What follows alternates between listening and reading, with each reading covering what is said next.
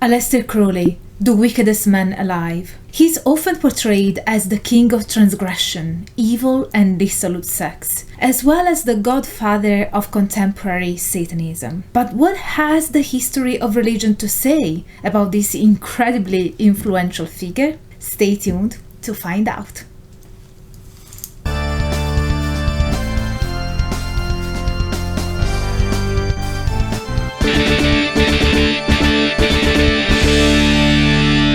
Hello everyone, I'm Dr. Angela Puca and welcome to my symposium. I'm a PhD and a university lecturer, and this is your online resource for the academic study of Magick, esotericism, paganism, shamanism and all things occult. Today's video is brought to you by the kind friend of the symposium, Vocatus. Thank you so much for commissioning this video, and I really hope it brings some value to you.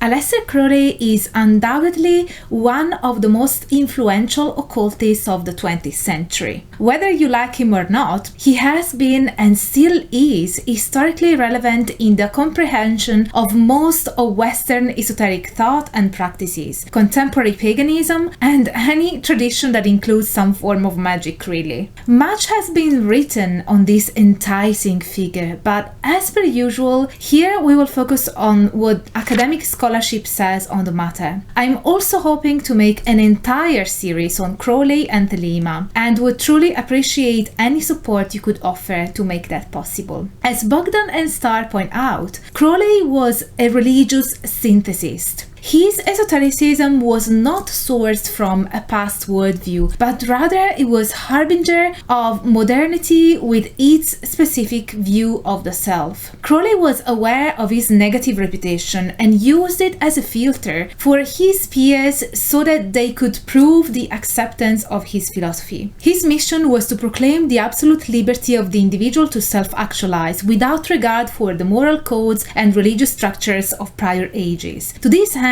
he promoted the practice of his occult bricolage, which he called Magick with the A, a thoroughly eclectic and individually tailored combination of spiritual exercises drawn from Western European magical traditions and Indian sources for meditation and yoga disciplines. To this journey of self-liberation, Crowley added the power of sexuality as a magical tool. Crowley saw sex magic as a simple and direct method of achieving the aims of the practitioner without what he perceived as the material trappings of ceremonial magic. And that's because the power is seen to ultimately reside in the mind of practitioners. Does that remind you of anything? Eclectic Witchcraft, Chaos Magic, basically most of the non-ceremonial, non-initiatory magic practices. Back to Crowley, he was also the proponent of a new religious movement that embraced this worldview. Before taking on the role of the prophet of a new eon and promulgator of scripture, the Book of the Law, he sought to understand philosophy and empirical science during his time as a university student. Indeed, his reaction against the fundamentalist faith of his childhood, predicated on the Bible, led him to search for religious truths that could be justified through science and philosophy, disciplines he first was exposed to at Cambridge. In Crowley's perspective, contemporary science and revealed religion had failed to answer their own questions because of their intrinsic methodological limitations. The ultimate truths were to be found only in a union of their epistemological strengths. Telling is the motto Crowley chose for his occult journal, The Equinox, the method of science, the aim of religion, where magic represented the third way. Crowley was born in 1875 into a normative British upper-middle-class Victorian family, committed to the totalizing religious culture of the exclusive Brethren sect of the Plymouth Brethren. That was a tongue twister. An evangelical Christian restorationist movement. The demanding religious practices and rigid morality of the Plymouth Brethren led teenage Crowley to become a rebel against those norms. In this process of distancing himself from his family, he defined himself in contrast to their God, taking as a model the great beast of Revelation. As I mentioned, Crowley attended Cambridge but did not get a degree, as he had a revelation that he should should devote his life to religion. His religious devotion had two main drivers, sex and esotericism. He learned the former on his own accord, but as for the latter, he sought more formal learning. In 1898, he found the Hermetic Order of the Golden Dawn, which seemed to offer authentic instructions on Western Esotericism and an initiatic gateway to the true invisible Rosicrucian order. His involvement with the Golden Dawn was short-lived, as the London body broke apart over disputes regarding the legitimacy of its historical claims and the derived authority of one of its founders, MacGregor Mathers. However, the Golden Dawn left a lasting influence on Crowley, especially in the hierarchical structure of the initiation based on the Kabbalistic tree of life and its synthesis of Western Esotericism. Disappointed he hadn't found the hidden church of the Holy Grail incarnate in the Golden Dawn, Crowley turned to the East and explored yoga and Buddhism in India and Burma. Mysticism as such had not been a central aspect of the program offered by the Golden Dawn, and Crowley found that the training of concentration through yogic exercises was rather useful in combination with the ceremonial methods of Western Esotericism. There is a seminal event that Crowley described as a break from his past, and it took place in Cairo in April of 1904. He was practicing ceremonial magical invocations with his wife, who, according to Crowley, told him that the Egyptian god Horus was waiting for him. Following her ritual instructions, Crowley claims that he received a text via direct voice, the Book of the Law, a revelation of a new age in which Crowley, in the persona of the great beast, was the prophet. The past eon of Osiris, manifested as a patriarchal religion and society, was to be replaced now by the coming eon of Horus, the divine child, an icon of individual freedom. The Greek word Thelema, will, which is in ancient Greek actually pronounced Thelema, but I will henceforth pronounce it as the Anglophones do, which is Thelema, was the word of the law of the eon of Horus, encapsulated in its seemingly antinomian dictum, do what thou wilt. This revelation gave him the sense that he was now at the head of the spiritual hierarchy left vacant by MacGregor Mathers,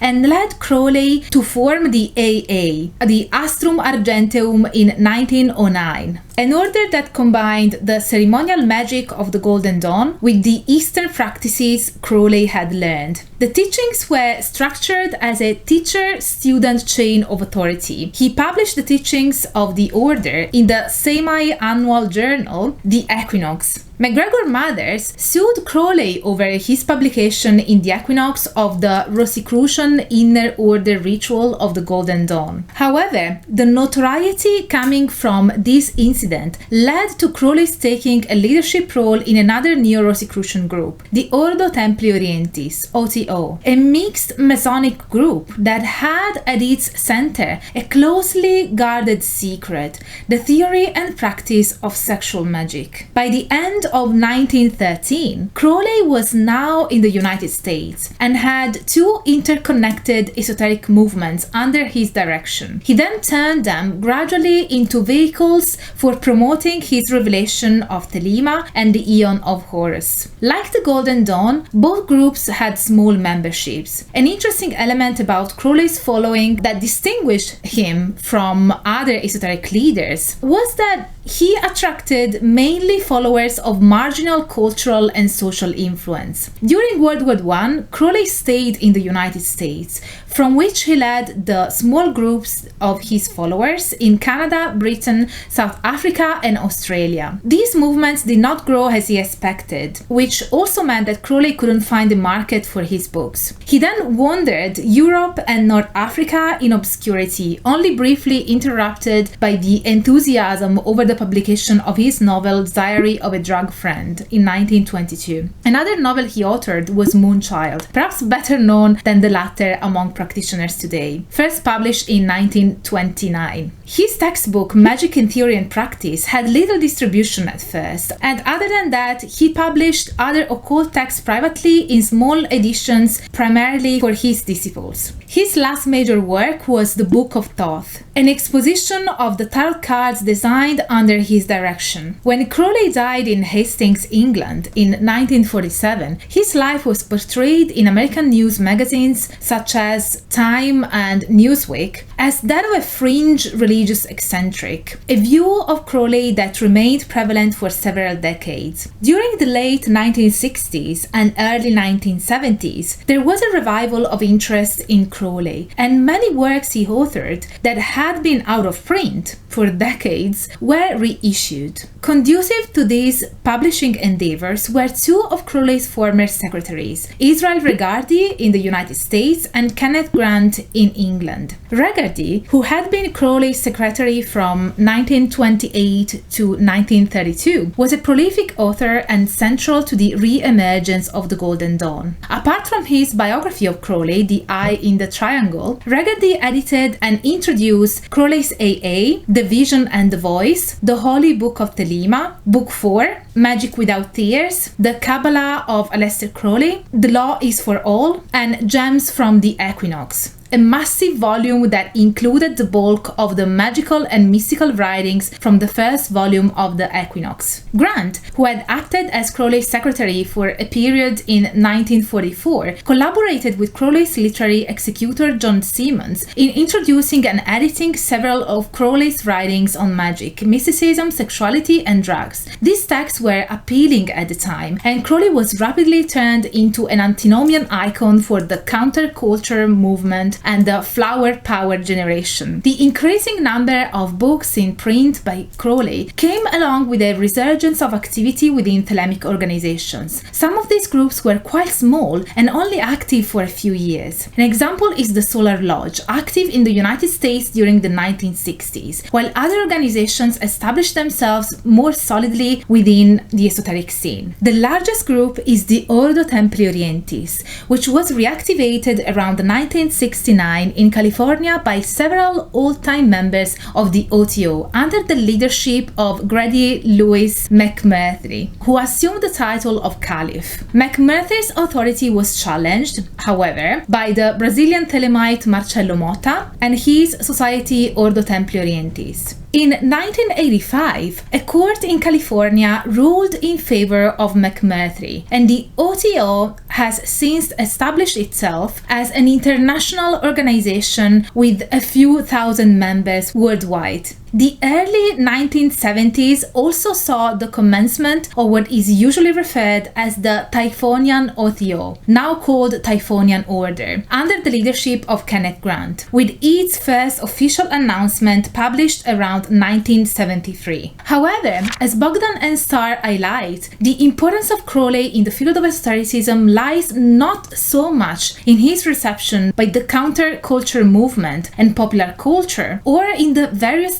new religious movements, as much as in the fact that Crowley can be seen as an example of religious change in Western culture. Not only can Crowley's esoteric writings be seen as a prime example of what Wouter Hanegraaff has described as secularized esotericism, but also, and perhaps more importantly, the study of Crowley reveals that he in many ways encapsulates central discourses in modernity and contemporary spirituality. Indeed, Crowley is a harbinger of what Paul Hills has termed the sacralization of the self. This is definitely not an exhaustive video on Crowley, and I hope many more will come to illustrate all the nuances of his esoteric thought and its pervasive impact on magic practicing traditions in the Western world. The idea that magic is for all and not just a few elects, the eclectic nature of magic where every practitioner is allowed to individually tailor their practice borrowing from different traditions, the concept of will of the magician being what matters the most, and the psychologizing of entities and of the practice, the desire to incorporate science and philosophy and Wicca Well, that's an episode on its own. These are but a few core contributions that contemporary esotericism owes to Crowley. Whether he was a bad guy or a nice guy, whatever that means, doesn't change his historical influence on Western esotericism, one that still looms large on the contemporary scene.